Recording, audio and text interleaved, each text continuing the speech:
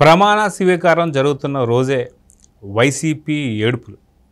నిజంగా వాళ్ళకి టైమింగ్ తెలియదో లేదో తెలియదు, కానీ ఒక పక్క ఇంత ఘనంగా ప్రమాణ స్వీకారం జరుగుతున్న సమయంలో ఇంకో పక్క వైసీపీ ప్రెస్ మీట్లు చూస్తున్నారు. కనీసం వందల్లో కూడా చూసేవాళ్ళు ఎవరు లేరు పాపం. అయితే ఇక్కడ ఇంత ఘనంగా జరుగుతున్నటువంటి యొక్క ప్రమాణ స్వీకారం సంబంధించి కూటమికి సంబంధించి టీడీపీ కావచ్చు, జనసేన కావచ్చు, బీజేపీ సంబరాల్లో మునిగిపోయింది. అయితే దీన్ని చాలా ఎంజాయ్ చేస్తున్నటువంటి కూటమి సభ్యులు ఒకవైపు అయితే, మరొక వైపు ఏడుపులతో వైసీపీ. అయితే పట్టుమని 5 రోజులు కూడా ఇంకా కాలేదు, అప్పటికే వాళ్ళ కంప్లైంట్ల మీద కంప్లైంట్లు. అయితే ఈ యొక్క హడావిడిని కావచ్చు, ఈ యొక్క సంబరాల్ని కావచ్చు కూటమి ఎలా చూస్తుంది, అదేవిధంగా వైసీపీ నిన్న మొన్నటి దాకా ఉన్నటువంటి ఒక 151 సీట్లతో వైసీపీ ఎలా చూస్తుంది అనేది మనతో పాటు సీనియర్ జర్నలిస్ట్ దుర్గా కుమార్ గారు ఉన్నారు. వారిని అడిగి తెలుసుకుందాం. సార్ నమస్తే. నమస్కారం జగన్ గారు, మన వీక్షకులకు కూడా నమస్కారం. సార్, కూటమికి సంబంధించి చాలా భారీ మెజారిటీలో 164 సీట్లు అనేది మామూలు విషయం కాదు. ఎందుకంటే లాస్ట్ టైం మ్యాండేటరీ వాళ్ళకి 151 ఇచ్చారు. ఈ 5 ఏళ్ళలో అంటే 2019 నుంచి 2024 వరకు భయంకరమైనటువంటి ఒక అరాచకాలు కావచ్చు, లేకపోతే 30,000 మంది అమ్మాయిల అదృశ్యం కావచ్చు, ఇవన్నీ చాలా చూస్తున్నాం. కానీ ఆ పట్టుమని 5 రోజులు కాకముందే వీళ్ళ ఏడుపులు ఏంటి, అది ప్రెస్ మీట్ పెట్టడం ఏంటి? సాధారణంగా ఈ ప్రమాణ స్వీకారం ఎలా మొదటిగా వాళ్ళని తీసి పక్కన పెడితే ప్రమాణ స్వీకారం అనేది హడావిడి కావచ్చు, ఆ యొక్క అకేషన్ కావచ్చు, ఈ యొక్క వేడుకలు ఎలా జరిగాయి, ఎలా సెలబ్రేట్ చేసుకున్నారు అనుకోవచ్చు కూటమి సభ్యులు? ఇది కూటమి సభ్యులు ఎలా సెలబ్రేట్ చేసుకున్నారనే దానికన్నా వైఎస్ఆర్సీపీ గతంలో ఇప్పుడు 5 సంవత్సరాల పాటు పూర్తి పరిపాలన సాగించి ప్రజా జీవితంలో ఉన్న ఒక పార్టీ స్పందించాల్సిన తీరులో స్పందించలేదు. ఇది ప్రజల యొక్క వేడుకలు, ప్రజలు మార్పు కోరుకున్నారు, వేడుకలు చేసుకుంటున్నారు. నిన్నట్రాక మీరు ప్రభుత్వానికి అధిపతులుగా ఉన్నారు. ఇవాళ ఎవరన్నా వాళ్ళు ప్రమాణ స్వీకారంలో పాల్గొన్నారా లేదనేది కొంచెం మీరు చెప్పండి నాకు. అంటే వాళ్ళు వచ్చారా? ఎవరు రాలేదు. సరే, రాలేదు. ప్రమాణ స్వీకారం అది ప్రజల వేడుక అండి. మీరు ఇంతకుముందు చెప్పారు, ప్రజలు మార్పు కోరుకుని ప్రజలు వేడుకగా చేసుకున్న ఉత్సవం. చంద్రబాబు నాయుడు గారి ఇంట్లో పెళ్లి కాదు, చంద్రబాబు నాయుడు గారి ఇంట్లో శుభకార్యం కాదు, ప్రజలు చేసుకుంటున్న ఒక వేడుక. ఈ వేడుకకి ప్రజాస్వామ్య సంస్థలన్నీ కూడా రాజ్యాంగబద్ధమైన వ్యవస్థలు నడుపుతున్న ప్రధానమంత్రి, హోంమంత్రి, ఇతర రాష్ట్రాల ముఖ్యమంత్రులు, మాజీ ప్రధాన న్యాయమూర్తులు, మాజీ ఉపరాష్ట్రపతులు, వీళ్ళందరూ కూడా వచ్చున్నారు.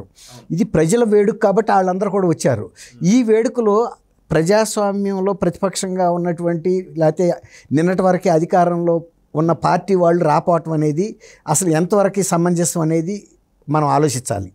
ప్రజలకి వీళ్ళకి సంబంధం లేదా? ప్రజలు ఉత్సాహంగా ఆనందంగా బతకటం ఈ పార్టీ చూడలేదా? ఈ పార్టీ అందులో పాల్గొనలేదా? కేవలం మీరు ప్రజల్ని పీడించడమే మీరు ఈ 5 సంవత్సరాలు చేసిన కార్యక్రమం ఇంకా పీడనలో కొనసాగాలని మీరు కోరుకుంటున్నారా?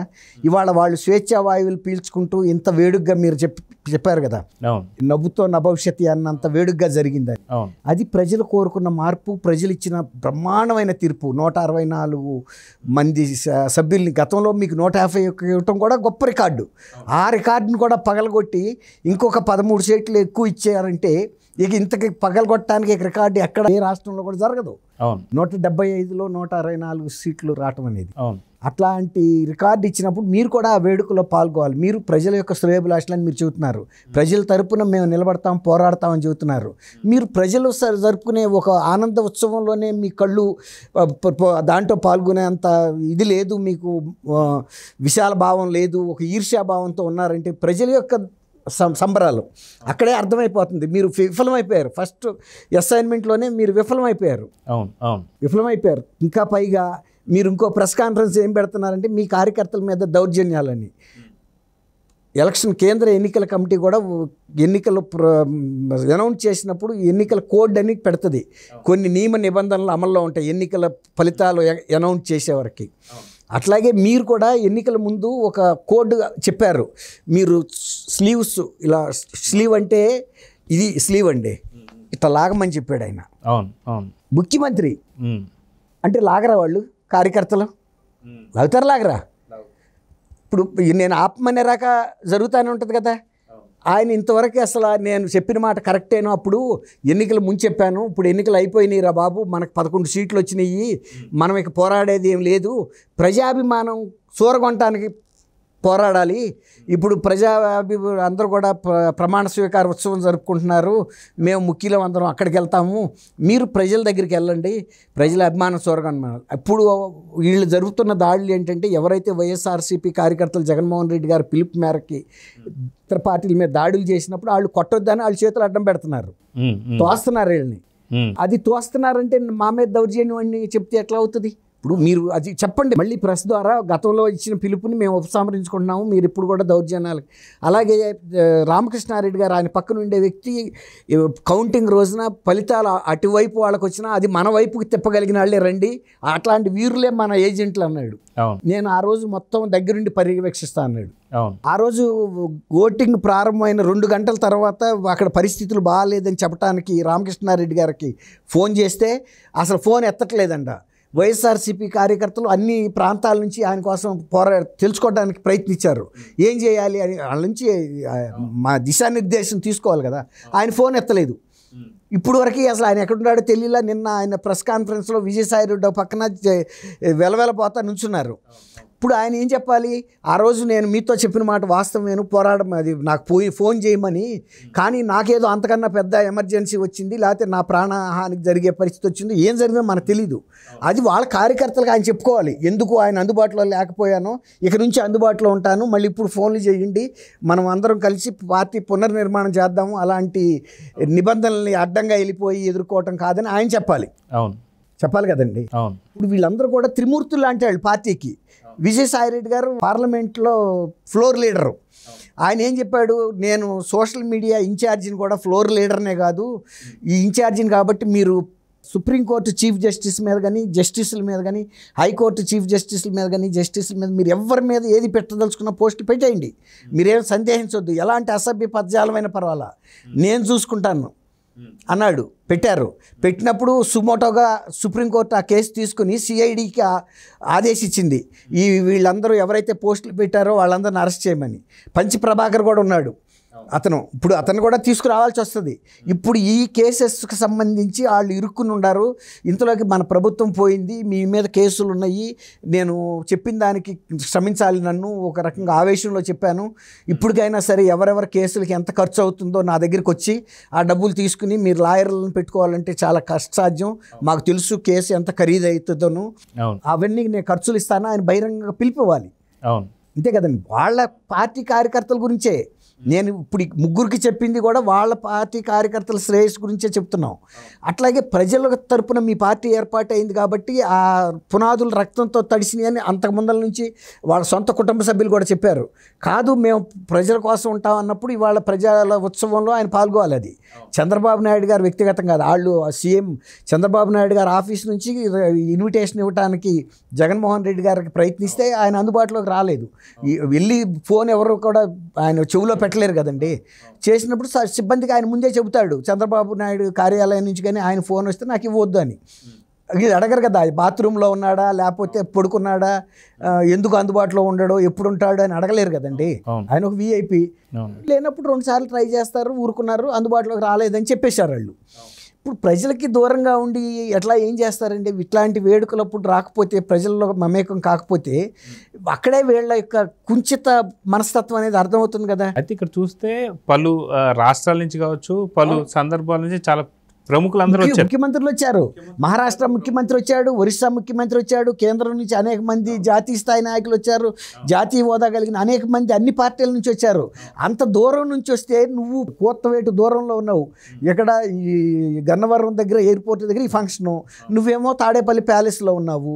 తాడేపల్లి ప్యాలెస్ నుంచి ప్రజలు ఇంత వేడుక చేసుకుంటుంటే చూడాలని అనిపించకపోవటం అంటే ప్రజల పట్ల ఆయనకి ఏమైనా అభిమానం ఉందా లేదా? మీరు చెప్పండి జగన్ గారు. అని కరెక్ట్. ఖచ్చితంగా మీరు అన్నట్లు ఎవరైతే ఇంతమంది ప్రముఖులు వచ్చినప్పుడు మళ్ళీ మళ్ళీ వచ్చే సందర్భాలు కావు ఇవి.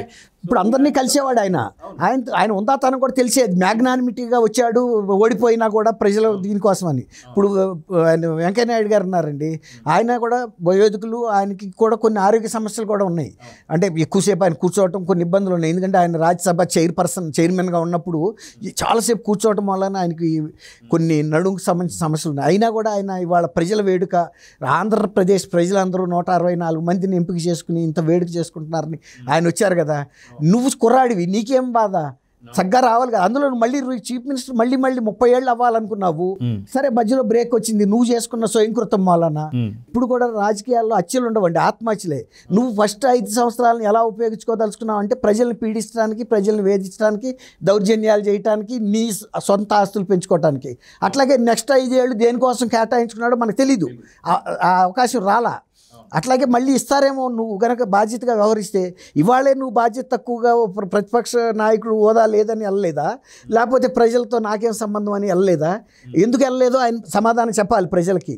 ప్రజల పట్ల నీకు చిత్తశుద్ధి ఉంటే ఉందని చెప్పు, లేదు ప్రజలతో నాకు సంబంధం లేదు, ఇట్లాగే నేను ఎలూఫ్గా ఉంటానంటే నువ్వు ఆ పార్టీ అది నడుపుకుంటావో నడుపుకోపోతావో నీ ఇష్టం.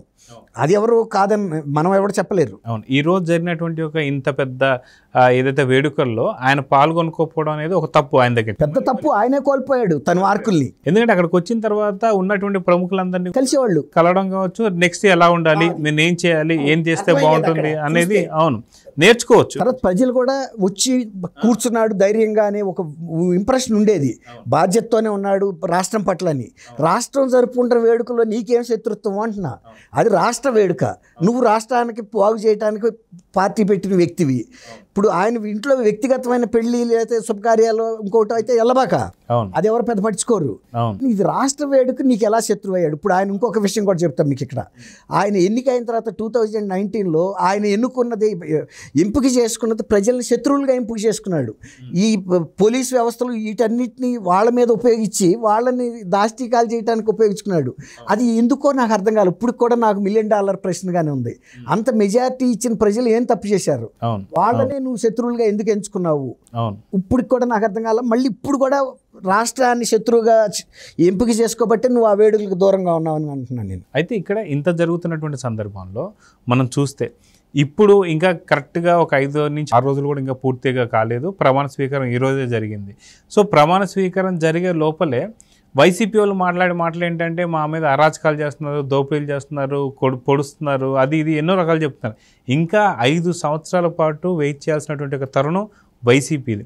కానీ 5 రోజుల్లోనే ఇలాంటి మా మీద జరిగాయి అవి ఇవి అని చెప్తున్న టైంలో నిజంగా మీ దృష్టిలో ఖచ్చితంగా పార్టీ 5 సంవత్సరాల దాకా ఉంటుందంటారా, లేకపోతే ఈ దాడులని చూపించిన నెపంలో ఒక్కొక్క ఎమ్మెల్యే ఎక్కడికైనా చెల్లాచెదరైపోయి పూర్తిగా పార్టీ మూసేసే అవకాశం ఉందంటారు? ఏమంటుంటారు? మంచి ప్రశ్న అండి.